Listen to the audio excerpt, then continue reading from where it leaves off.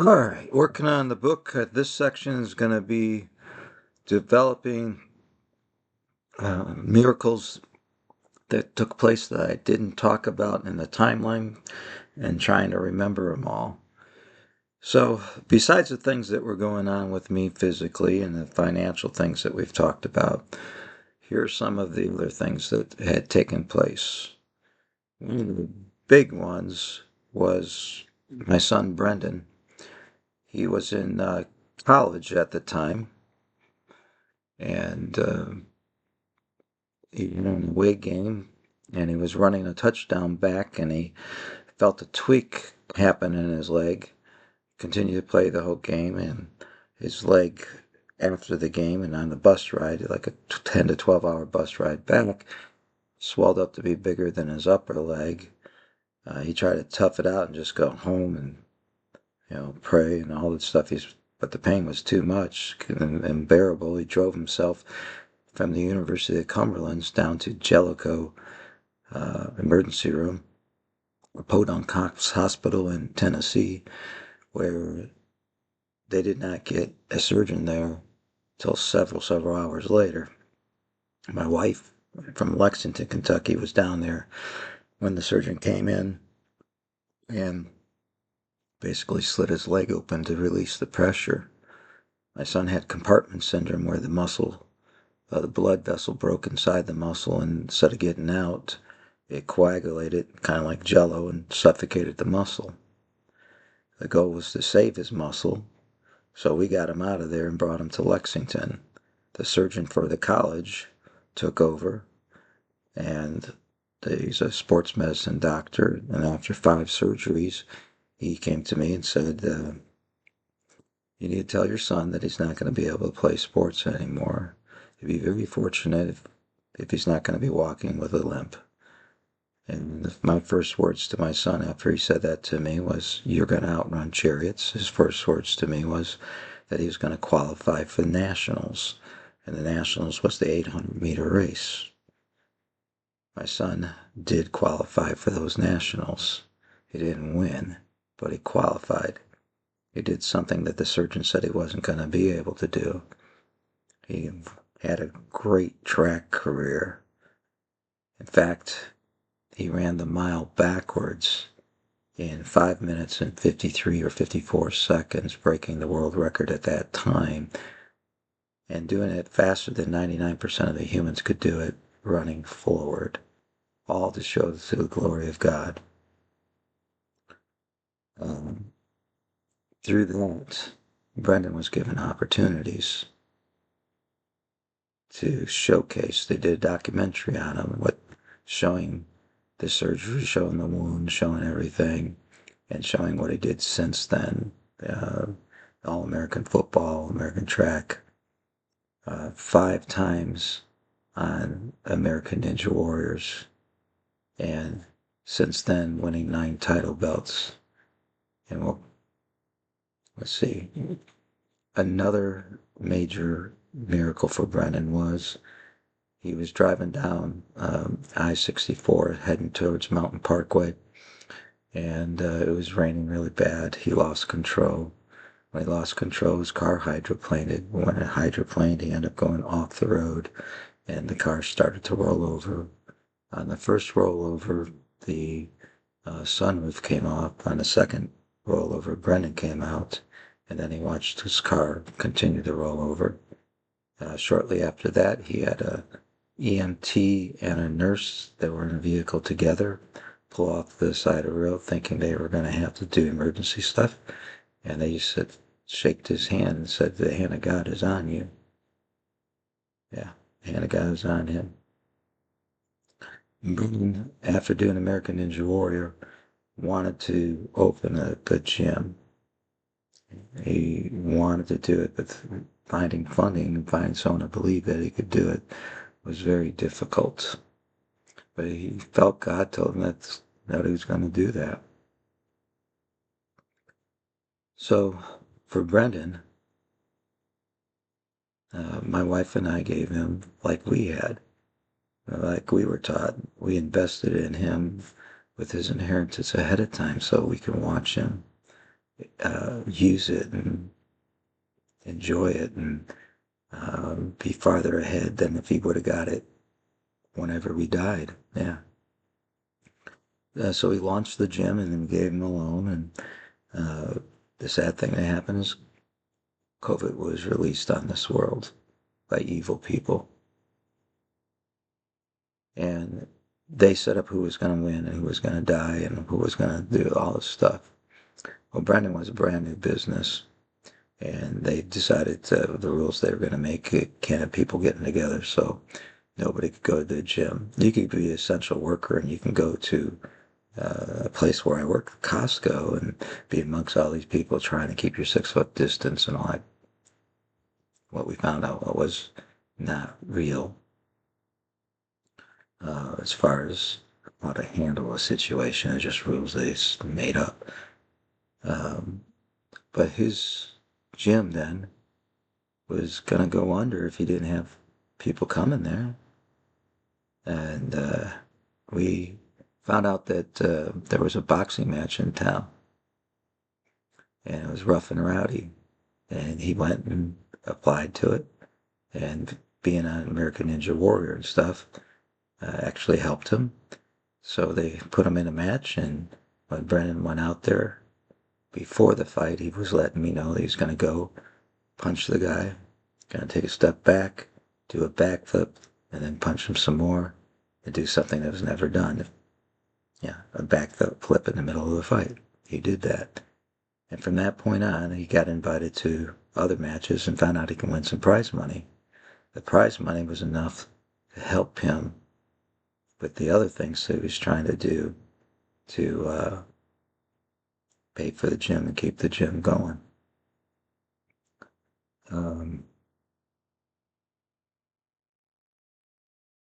The latest miracle, there's so many daily miracles in the business and the way things happen and how it's been kept alive, but documented miracle was recently when he was getting ready to open up the new gym. And just beforehand, seeing that it was going to get done, they started to have fun on the obstacle courses. And my son ran up a warp wall to do a backflip to land on a mat and do something. He missed the mat he didn't land the way he was supposed to. He landed on the ground. He got up. He felt pain. He was trying to walk it off, and then he turned around to me and said, "Dad, Dad," and blood's coming out of his mouth. He ended up bursting his lungs with bustles and bleeding out. His body goes into shock. He drops down to the ground. He's profusely sweating. We're putting cold towels on him. He's dying before our eyes. And we did not want that to happen. We've seen too many times where if you don't get involved and participate, you're allowing things to happen. You're allowing what the devil may do. And we said, no, you may not. And we stood our ground. We spoke over our son. We prayed over him. We worshiped our God. And then he got sent out in an ambulance. Now, afterwards, his friends said they saw his countenance change when we were doing that. By the time the ambulance came, he was sitting up instead of hunched over, not knowing if the kid could say anything or breathe at all. He goes in the ambulance. His sister's out in the parking lot just worshiping, thanking God for him, knowing that he's going to be back. As he's in the ambulance, I gather everybody, and we say, guys, this is what's happening. The mission hasn't changed. The goal hasn't changed. Brendan will be back. Agree with me in prayer. Worship. Let's go on like we're supposed to be going on. So we stayed. My wife went to the hospital, stayed with my son. And my son, they're not rushing to take care of him. His vitals are getting good and stuff. At 2:30 in the morning, they call me and let me know that Brendan's CT scan showed where the blood burst happened, what was going on, and how it sealed itself. They did not keep him for observations. They let him go. They gave him a breathing thing to make sure he clears out his lungs. And then the next day, At my wife's 60th birthday party, the opening of his gym, he was there. He was not only there, he was there playing with kids. He was there boxing. He was there enjoying life and giving testimony of the goodness and grace of God. And just 1 month from that time, he just won the biggest boxing match he had on Redneck Brawl, being the main event in front of thousands and thousands of people. He beat the guy that he wasn't supposed to beat, according to the experts. Yeah, God is good. God is faithful. All along the journey, all along the way. Okay, so that's Brendan. My daughter, Colleen, most of her things have to do more on just spiritual events and things that she's happened in her life. My daughter was similar to me, that decisions she made, she put herself in circumstances that she had to live through. She chose to not be part of our family for a period of time and go out and enjoy what society had, because she was trying to escape with me. It was after I had the first heart attack, and she honestly couldn't deal with losing me and seeing me and wondering if I was going to be there all the time. My wife has gone through that same thing with me.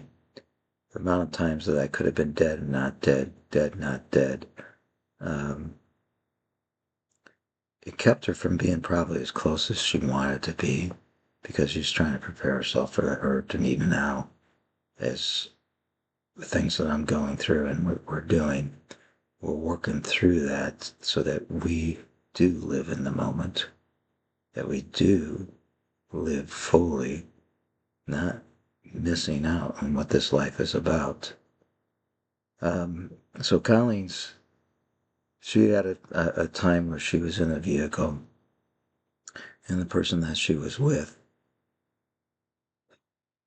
had a demon, and it manifested in her presence, and it was trying to get her in the way she was describing it and what she felt. And she knew enough who Christ was in her, and she denied it and put it in its place. Her testimony is real strong, the way she describes everything that was happening. She's had times where guns have been put in her forehead. She's had times where she was in a crowd. She heard audible leave. She left the situation, and where she was, death took over. She's got documents of the situations and places, and people know that she was there and stuff like that. Colleen's been able to share a color in me that I didn't have in myself, that was long gone in me. My creative side was dormant for a while. And she also made some very faith choices. Her first husband, I guess her only husband, and the father of 2 kids, wasn't going to get his act together. And instead of staying in a bad situation that was for her and her kids, she made the decision, I'm going to go back to where I know people love me. And she asked if she could come live with us for a short period. And that short period ended up being 5 years, and 5 enjoyable years of us being able to input into our grandkids and allow Colleen to figure things out. It was a long process for Colleen. That's okay. I know where she is today. I can't hold anything against her for what she went through and how she handled it. I know what I went through and how I handle things. And people will say, hey, you didn't do it right. Okay. Where am I now? What am I doing now?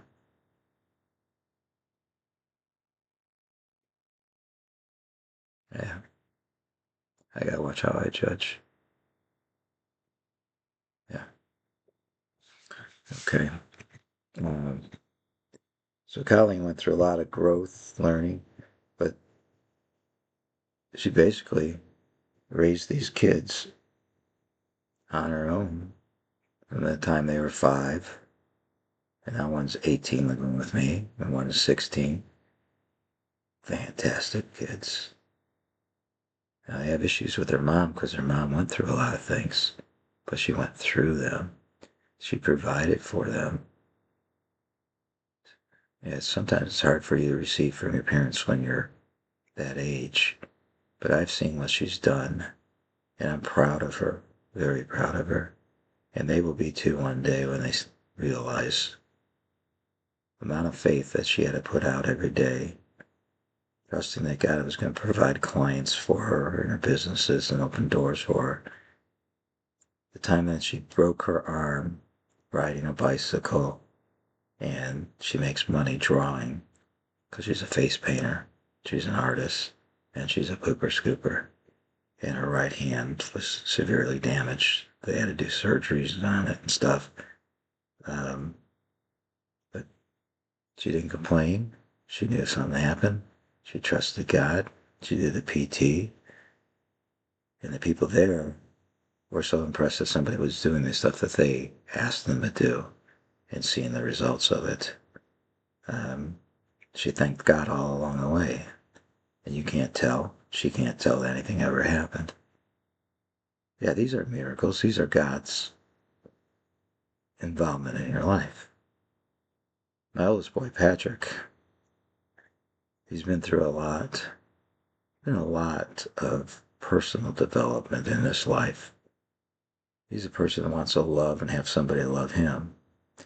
And so far, the loving him coming back hasn't been as much as he's loved others. And now he has a son, Patrick Joseph Kelly III.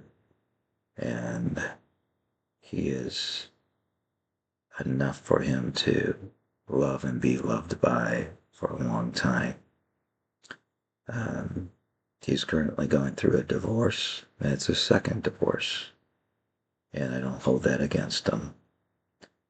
It's not something you want your kids to go through. But right now, he's a better person than he was in all the situations. I'm very sad that somebody is doing what they're doing to him right now. He has loved his wife unconditionally, and she just wants to make trouble for everybody. He's done everything he could do to honor his vows. He's looked for ways to pursue her in the rejection. Yeah. He's kind of gone through like one of the prophets did when he married a whore. She's not a whore, but she rejected his love, and she went out for the things of the world. She says, my son's not good enough, doesn't perform his husbandly duties well enough, doesn't be a father well enough, provides everything for them, is there, but she wants him all to herself and not to any other part of the family.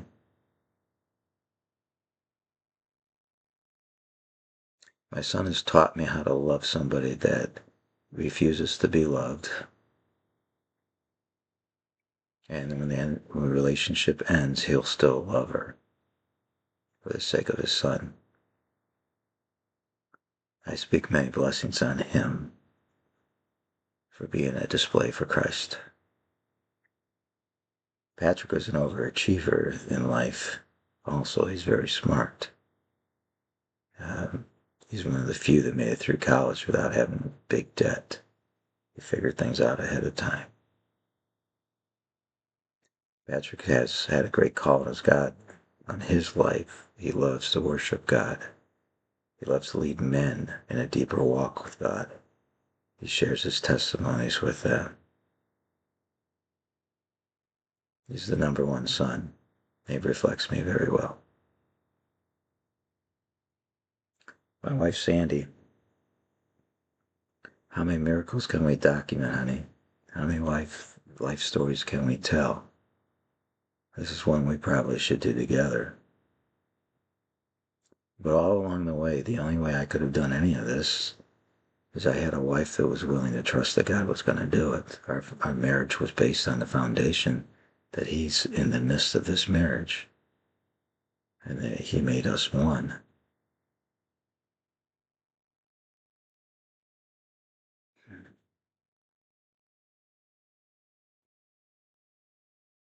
I need to write just a book between me and Sandy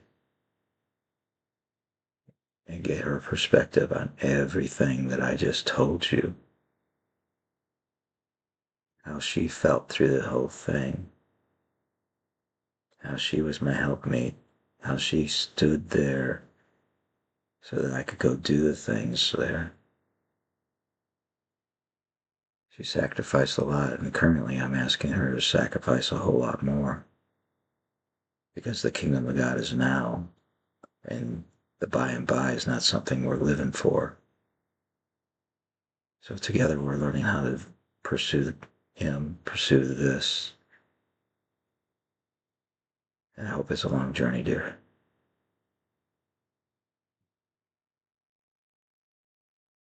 All right, that's enough for this section of the Kelly family and some miracles that need to be intertwined into the timelines of this story. So whoever's helping me with this, please look at this and ask questions. I truly believe that if someone would sit down with me, go through these, get a template together, and then ask questions, we could make a very good, compelling story, a real story, a story that people can relate to as we put in real data about the city, places, times. I'm not a writer yet, but I need this book to get out. I need it to get out so that we can fund the kingdom, so I can bring leaders together. So anybody out there that wants to help, I'm calling on you, please.